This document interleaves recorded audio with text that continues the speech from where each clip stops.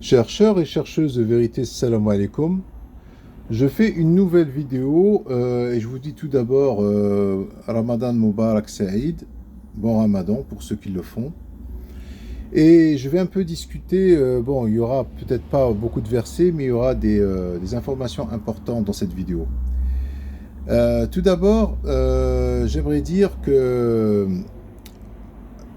l'islam connu, hein, l'islam sunnite, eux, ils ont dit que les 5 piliers de l'islam a été construit sur 5 piliers. Donc ça vient des hadiths, c'est des hadiths daïfs, c'est des hadiths qui ont été inventés il y a à peu près 400 ans. Donc très loin de l'époque du prophète. Et ils disent que c'est la salat, le siyam, donc le ramadan, la prière, oui, le ramadan, zakat ou le hajj, et shahadatan, dire ashhadu an la ilaha illallah, ashhadu anna Muhammadan rasulullah. Si tu fais ça, ben, tu es musulman, tu rentres au paradis. Donc c'est faux, c'est faux. Hein. L'islam, selon le Coran, hein, l'islam est construit sur un seul pilier, qui est al-hikmah, la législation de Dieu. Parce que eux, ils ont traduit al-hikmah, ils la comprennent, c'est sagesse. Ils traduisent hikmah par sagesse. C'est pas la sagesse. La hikmah, c'est la législation de Dieu.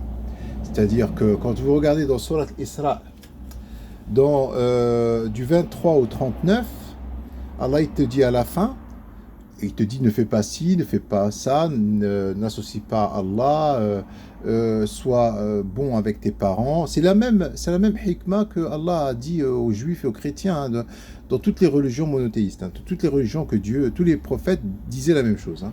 C'est ce qu'ils appellent eux les 10 commandements.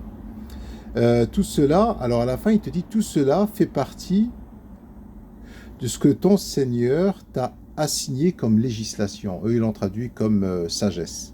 Non, c'est pas de la sagesse, c'est obligatoire.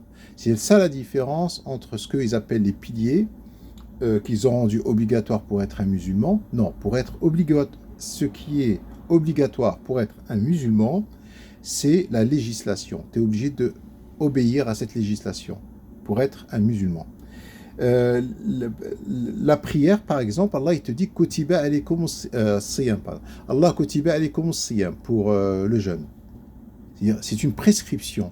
Tu ne peux pas comparer législation et prescription. C'est deux choses différentes. Kutiba alaykum siyam. Allah il te dit dans un autre verset Kutiba alaykumul qital. Il vous a prescrit la guerre. C'est-à-dire que si vous êtes envahi par un peuple et que vous devez vous défendre, il vous est prescrit. Il n'a pas dit il est obligatoire que vous faites la guerre. Non, il vous est prescrit. La prescription, c'est quelque chose que toi, tu dois faire. Et si tu le fais, c'est bon pour toi. C'est que Allah, il connaît ce qui est bon pour toi. Donc, tu le fais et ça va te... Par exemple, Siyam. Siyam, le ramadan, c'est le but de cette vidéo d'aujourd'hui. Le ramadan, c'est une prescription. Tu n'es pas obligé de la faire. Ce n'est pas une obligation. Ce n'est pas fard. Ce n'est pas... Voilà. La siyam, c'est une prescription. C'est-à-dire, si tu le fais, c'est mieux pour toi. D'ailleurs, il est dit dans Surat al-Baqarah, Allah, il a dit wa an tasumu khayrun lakum. Si vous jeûnez, c'est mieux pour vous. Et il te dit à la fin, dans les versets de siyam, dans les 10 versets du siyam, je crois, il te dit la'allakum tashkurun. Et il se peut que vous soyez reconnaissant, afin que vous soyez reconnaissant.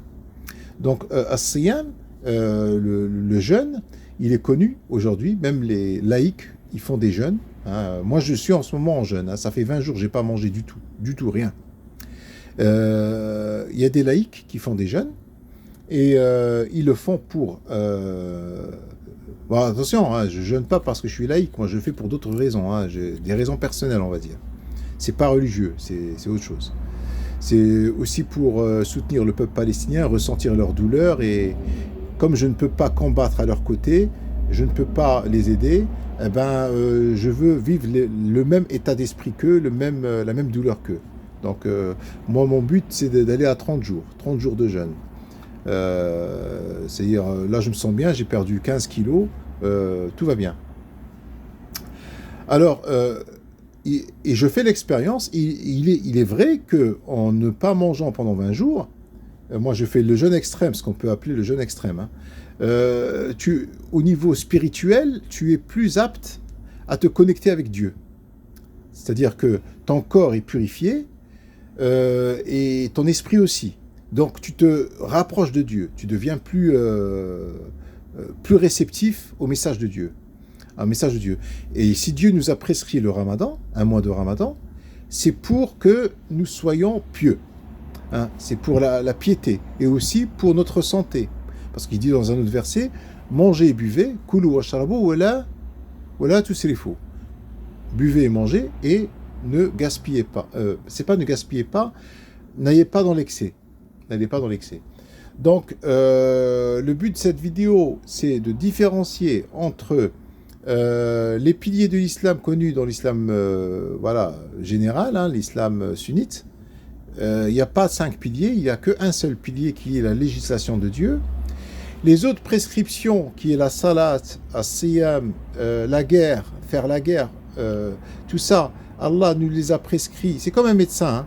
Il te prescrit, il te donne une ordonnance. Maintenant, tu n'es pas obligé d'aller en pharmacie hein, pour te soigner, pour acheter ses médicaments. Mais lui t'a donné l'ordonnance. Il te dit, si tu prends ces médicaments, tu iras mieux. D'accord? Eh bien, Allah, c'est pareil. Il te donne une ordonnance. Il te dit, il t'est prescrit ça et ça et ça. Si tu le fais pas, c'est pas grave. C'est pas ça qui te fera rentrer en enfer. Mais ça va t'éloigner de la piété et ça va t'éloigner de la croyance. Ça va même t'éloigner de Dieu. Donc, les prescriptions de Dieu. Par exemple, la guerre. Il t'a prescrit la guerre. Si maintenant tu ne la fais pas, l'envahisseur, il peut être sioniste, juif ou européen ou n'importe qui, il va t'imposer sa religion, sa croyance, et tu vas plus être musulman au final. Tu vas délaisser ta religion et tu vas suivre la sienne. Donc c'est une prescription pour te sauvegarder ton intégrité en fait et ta culture. Et je vous dis salam alaikum.